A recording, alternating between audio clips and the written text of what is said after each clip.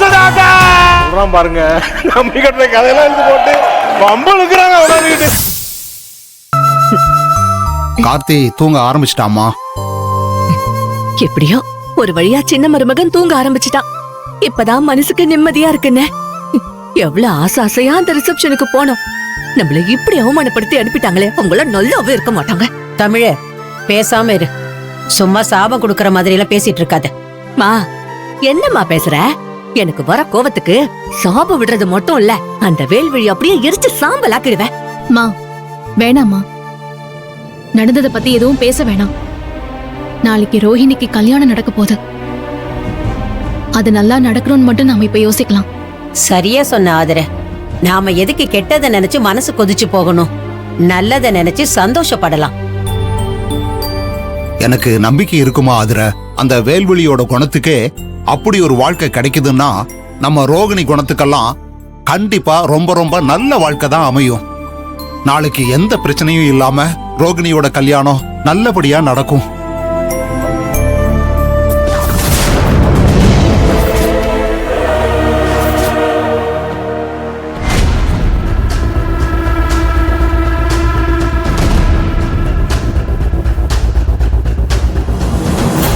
காலையில சீக்கிரமா எந்திரிக்கணும். நிறைய வேலை இருக்கு. எல்லாரும் போய் தூங்குங்க போங்க. நீயும் படுத்து கொஞ்ச நேரமாவது தூங்குமா ஆதிர? சரிங்க மாமா.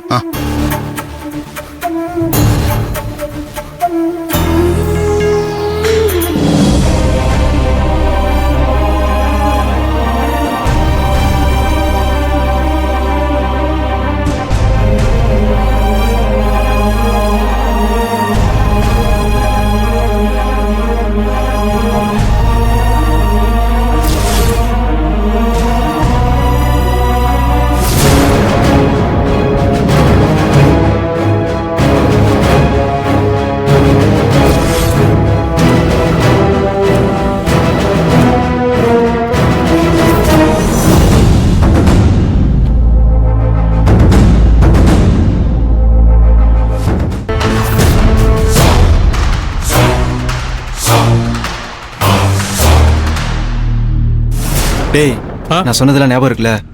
ஞாபகம் இருக்குண்ணா. உள்ள போனது முதல்ல பிரபு அடிச்சு மயக்கம் போட வச்சிரு. அப்பதான் அவன் என்ன பார்க்க மாட்டான். கவலைப்படாதீங்கண்ணா. உள்ள போன ஒரே அடியில அவனை காலி பண்ணிடுறேன். வெரி குட் அண்ணே. ஒருவேளை அடி பலமா விழுந்து ஆள் அவுட் ஆயிட்டானா அதுக்கப்புறம் என்ன பண்றது? செத்தா சாகட்டும். அவன் ஆயில் அவ்வளவுதான் சொல்லிட்டு தூக்கி போட்டு போயிட்டே இருக்க வேண்டியதான். அந்த திமிர் பிடிச்ச ஆதிர அவ புருஷன் பிரபு மரணத்திலையும் அவ நாத்தனார் ரோகிணியோட கல்யாணத்தையும் இழந்து ஒரே அடியா வலியையும் வேதனையும் ஒன்னா அனுபவிக்கிட்டோம். சொல்லிட்டீங்களா? காரியத்தை பக்காவும் முடிச்சிடும். டேய், பொருளை எடுத்துட்டு வாங்கடா.